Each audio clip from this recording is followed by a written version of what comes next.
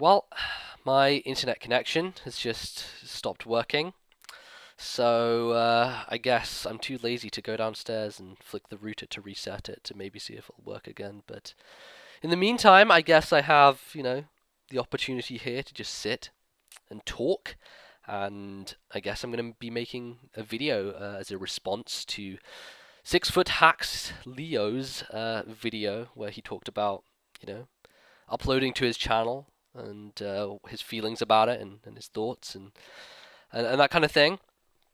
And many other people have done responses, people like Hoodlums Crafty and King Nappy, Shady Penguin, and all these other people who want to offer their perspective. And I thought, I might give mine because mine maybe a little bit different to a degree.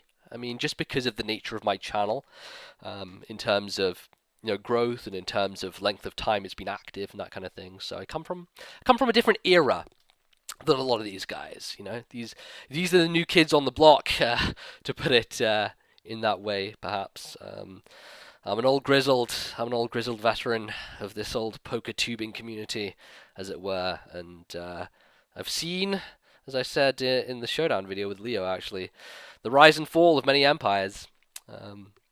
Been there since the beginning, almost indeed. In fact, the funny thing is, in exactly 1 week from today being the 27th of March 2014, exactly 1 week from today will be the 3rd of April 2014, which means that it will be 6 years since I uploaded my very first video to YouTube. 6 years ago. It's a long time, I was 15 or 16 years old, maybe 15 when I uploaded. I'm now 22. It's a large portion of my life that's been dedicated to this website and to uploading videos of Pokemon, competitive Pokemon. And it was very different when I began. Of course it was. It was extremely underground, very niche, and people uploaded Pokemon battles, but there weren't people narrating them. There weren't many personalities around. There was the Xerxes, there was your ZMT, there was your TSP, and aside from that, not many people. There are a few notable exceptions here and there, and they came from places like Maryland and from not really from Smogon, because Smogon never really was into the YouTube thing. They're kind of getting more into it now, but yeah, from these places, and I kind of, I guess, got my start mainly through the O&M forums in terms of viewership, in terms of people watching my stuff. I had battles on there. The main opponents that I faced were from O&M, and that's where I really built my initial audience. It was very small, and I mean, now we have opened up to such a larger amount of people. There are so many more people watching competitive Pokemon these days than there were back then.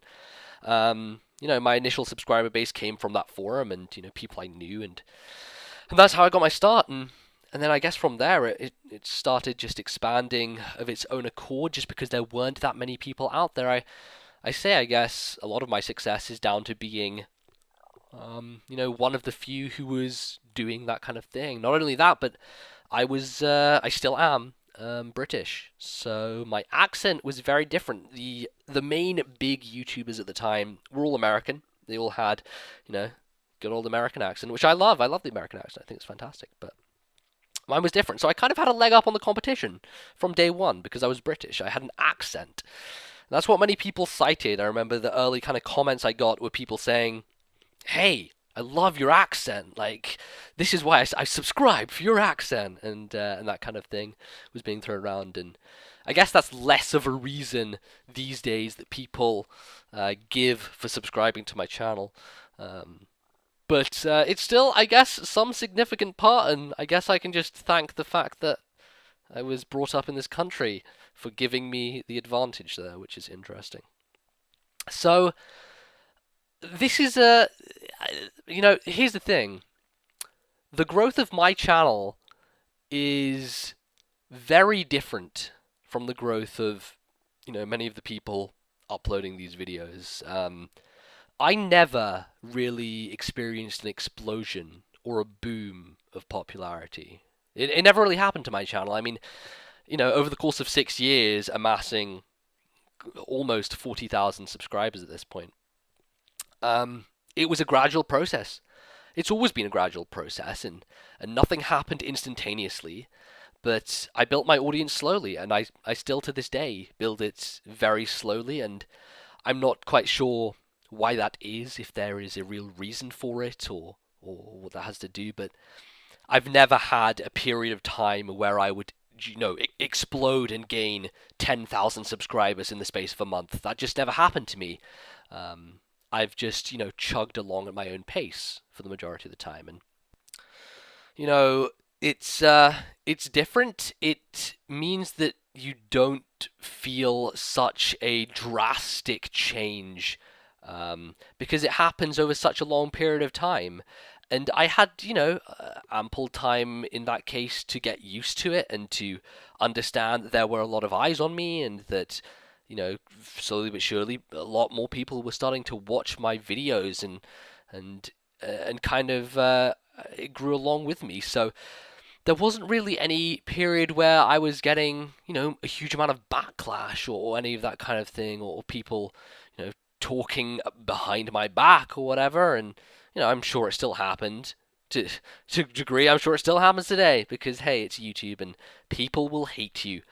I always kept the mindset that, if you're significant enough for someone to hate you, then you know that you're at least significant, The guy sitting over there with no haters, he hasn't really made it. And that's something to consider. If you have haters, hey, it means that people care about you to a degree. And I guess given recent incidences, that could be construed in different ways, but I'm not going to dote or dwell on such things. But yeah, it's an interesting thing dealing with growth and change on a channel, because you don't know how you should adapt some of the time.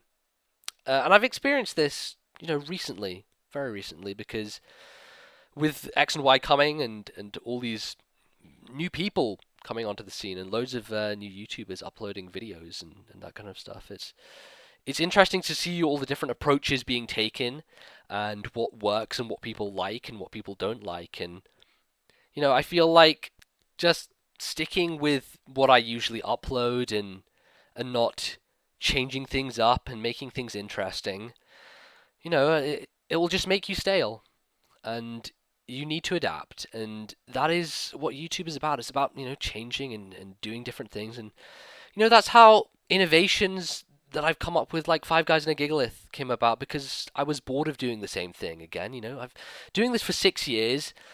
You hit a wall a lot of the time, and being different and doing different things can really help with that. And unfortunately, I'm at a point right now where I guess I'm in a bit of a slump concerning YouTube, because everything is declining on my end. It seems to be some kind of symbolic thing. Nintendo announced that 4th gen, my bread and butter, that's where I came into the scene. 4th gen, I love it dearly. Based on the Nintendo Wi-Fi connection. Nintendo Wi-Fi connection is going at the end of March, end of May, sorry. It's the end of March now, God, that would be scary. It's the end of May, in 2 months. And I don't know, it seems like some kind of sign that's being shown to me, because everything on my channel is declining in terms of viewership. And I don't know, it seems like it's telling me, maybe you should pack it in, maybe you should stop. And I've been considering that. I've been thinking very seriously about whether I should continue doing competitive Pokemon on YouTube. And I don't know, to be perfectly honest with you. I feel like, going out with 4th gen would be a symbolic thing to do. And it's I don't know. I don't know. I don't mean to get all somber and pensive about this, but it's something that I'm seriously thinking about. It's just a strange thing, and I think motivation is a problem, especially when you see things aren't going too well on YouTube and with your channel. And I've had growths, down points, and that kind of thing, but never before has it been, down to this much of a low. Currently my views have dropped to a point where they were in, early 2011, which is a 3-year regression, and that's not a confidence booster. That's anything but a confidence booster. I'm not really here to lament that, to be honest. Um, just to say that it's something that's happening, and I'm not sure really what to do to get out of it. The irony of the situation being that as soon as I got my capture card, everything started just going south. All the views started dropping, and I guess people stopped watching. I don't know what happened, but just it wasn't going anywhere, and I still enjoy doing this. The thing which keeps me going most of all is really the comments and the feedback and the interaction that I have with the viewer, the subscriber, and that's the all important. To be perfectly honest, I found Twitter has been like a haven. It's been amazing. I love using Twitter. It's one of those things which is just fantastic, and I have a smaller amount of people there to interact with, so it becomes a much more personal level, and you have these conversations and that kind of thing with people back and forth, and it's nice. It's really nice, and it's not something I really want to give up, to be honest. It's a thing that I enjoy, and I think Twitter's fantastic. So there's my shameless plug of the day for my Twitter. So you can follow me, and maybe maybe we can do some talking about things. But I guess on the subject of change, that is something that is significantly happening across the YouTube community, the Pokemon community. I guess one would call it a changing of the guard, and it happens every few years, I guess. It happened in the very early days after TSP, ZMT, and Xerxes.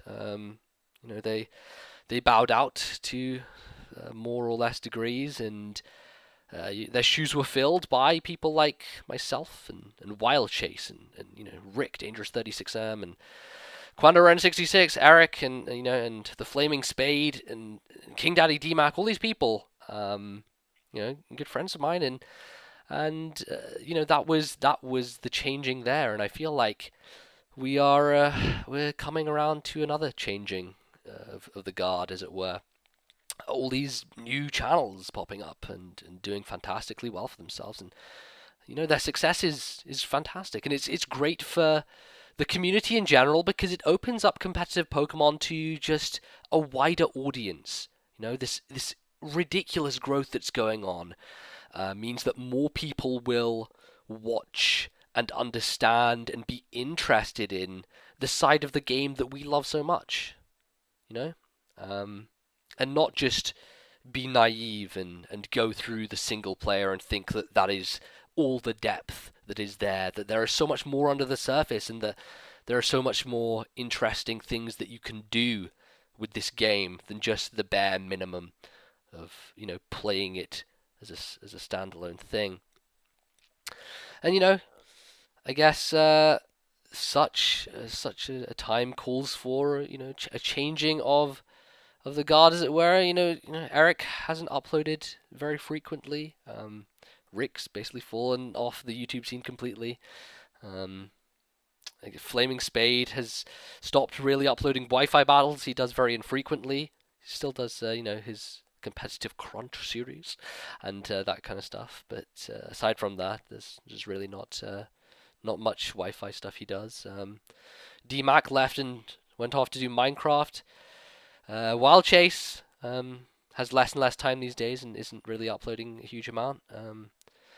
So I feel, me and Steve, me and Magnitude, a couple of the only old guard left, still plugging away, as it were. And Steve's a one of a kind. He's a dude who'll go on and just.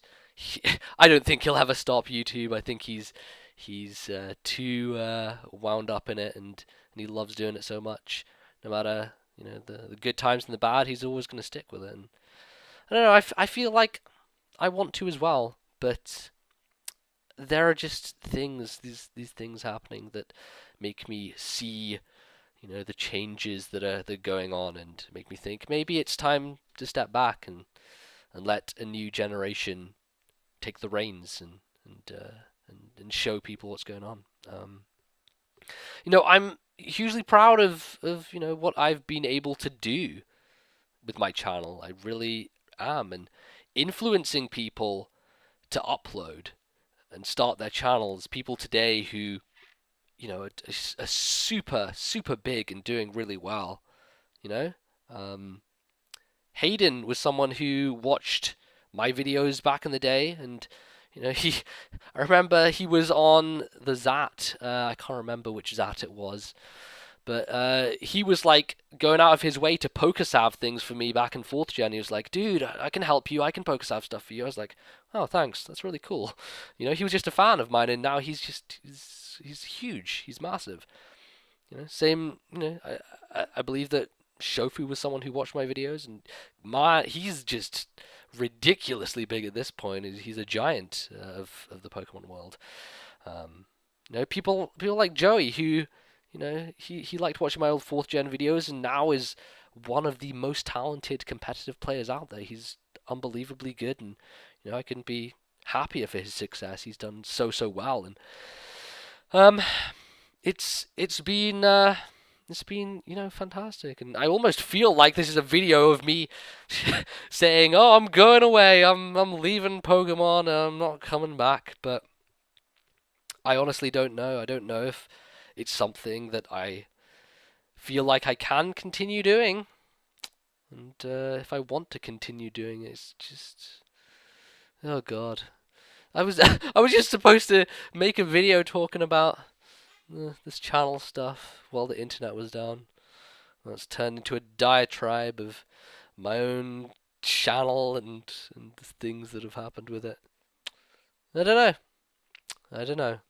Anyway, I've been very negative, I feel, about myself and my channel thus far, and kind of, saying, "Oh no, everything's going south," but that's not representative of my time on YouTube. It's not representative of how I feel about the website and friends I made, and the communities that have built up. And it has been, and will continue to be, for the foreseeable future, an amazing experience, an incredible experience, just because of the passion and the love for this game, and just the ridiculous length that we go to take a game that is for children, let's be honest, and construe it in such a way that it is adhesive to a style of play. Now I'm rhyming, which suits an older, more mature, more intelligent audience. And I think that's amazing. I think that is pretty incredible that we all rally around this one thing. And I'm proud of the impact that I've made, opening people up to this game and showing them that you can play this in a different way. I feel that even with Fire Emblem, when I do my Fire Emblem stuff, there's so many people. I'm stunned the number of people who come up to me and say, "I started playing Fire Emblem as a result of your Fire Emblem 7 Let's Play, and you opened me to the series, and I bought Awakening, and I got a 3DS for Awakening, and I've played all the games now, and you've got me hooked," and that's awesome. That is humbling, it's awesome, it's just fantastic. And can my stomach stop? I feel like all these noises are being picked up in the microphone. I'm not doing anything about it. But yes, it is and continues to be a rewarding, fulfilling experience, which I enjoy greatly. But there is the side of the motivation. There's the side of, considering how good your content is comparative to other people, considering the amount of effort you put into other people, things that you can do and things you can't do. And there is, you get to a point sometimes where you feel paralyzed. You feel like, I want to make a video. God, I need to get a video up today. And you are paralyzed because you don't think you can make it, and you kind of talk yourself or think yourself into a place where you're like, oh God, but then I'll have to do this, and God, what if I screw that up? And I don't know if this will be great and if people will respond well to it, but and you kind of back up, and you end up, sometimes just not making it. And then no one's happy. You're annoyed at yourself for not being able to make it. Your subscribers are annoyed because they don't get a video. And it just makes things bad in general. It's a hard thing to deal with, I'm not gonna lie. And people think, this is easy. This is very simple. It's sitting in front of a computer talking at a screen over a video game. And yes, look, this is an easy thing to do. If you're doing it as a job, yes, it's one of the easiest jobs you'll have. It's also one of the most enjoyable. It's not my job. It's a hobby. It always has been, and it most likely never will be a job for me. I'm never going to reach a high enough subscriber base or a high enough view base that I can make a living off of it, unless I radically change what I'm doing and go after different people and that kind of thing. But it's tough. You really feel the strain at a lot of points, where you want to make content, you want to make good content, and then sometimes you feel the knockback of it. And, yeah. Wow, I really have a knack for just going for the really cynical outlook, don't I? I guess that comes with being British. You just have to have that cynical perspective on everything. Oh, man. I think the most important thing when considering one's channel and when considering the content that you're putting out into the world is whether or not you're enjoying doing it. That is of utmost critical importance, because if you don't enjoy what you're doing, then how can you expect your audience to respond and enjoy right back at you? You can't, because it'll be clear that you are not into whatever you're doing, and you don't want to continue doing it. And that is something I try and do. That's why I try and push the envelope and do different things and do things which interest me, and which I can be proud of and which I enjoy doing and have fun with. And especially doing things with other people. That's when YouTube is at its most fun. That's when it's most enjoyable, is when you're collaborating with people and having a blast, The stuff I do with Nick and Ferris, the Minecraft series I did with Nick and Stevo, the Mario Kart videos, the Challenge Cup stuff, the dual narrations with Ferris. Some of my favorite memories on this website are those collaborations and those things that I just do with people I like talking to and have fun with. And I guess that maybe to a degree the fact that I haven't been doing as much of that lately could be a reason why, It's always harder doing things by yourself. It's always lonelier doing things by yourself, and when you don't have people to bounce off of a lot of the time, and you don't have, people to do stuff with, then you do get into a place where you are kind of insular and very critical of yourself and what you're doing, and and that's something that I guess is of paramount importance. So maybe what I really need is to do that. Maybe what I need is to do things with other people and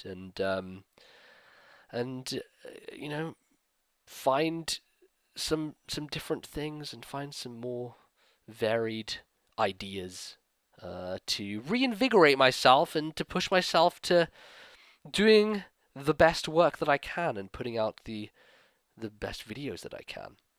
And maybe that's something that we should all think about, that we should all take with us and go forward with. And you know, Leo asked, I believe, in his video, why people subscribe to him. He asked people, you know, what is the reason that you subscribe to me? What is it that drew you to my channel? And I would be interested to hear from you guys as well.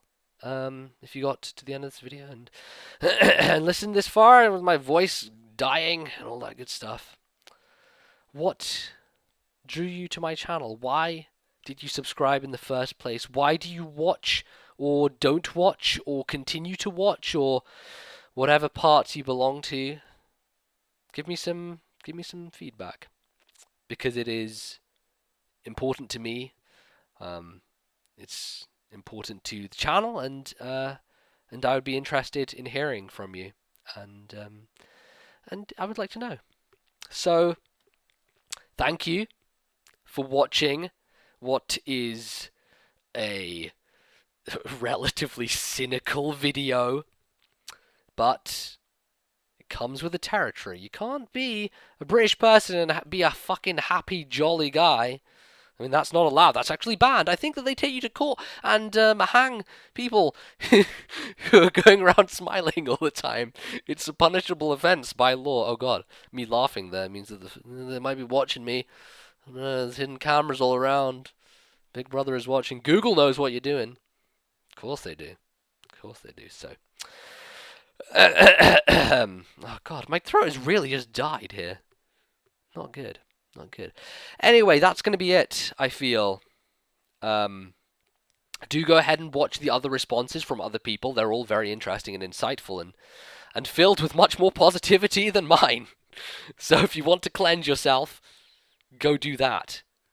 But I hope I've given people some food for thought and some of my perspective on YouTube in general and where I'm at right now and what my channel is looking like and all that stuff. So yes, I will. I'll continue to do what I'm doing and hopefully get somewhere.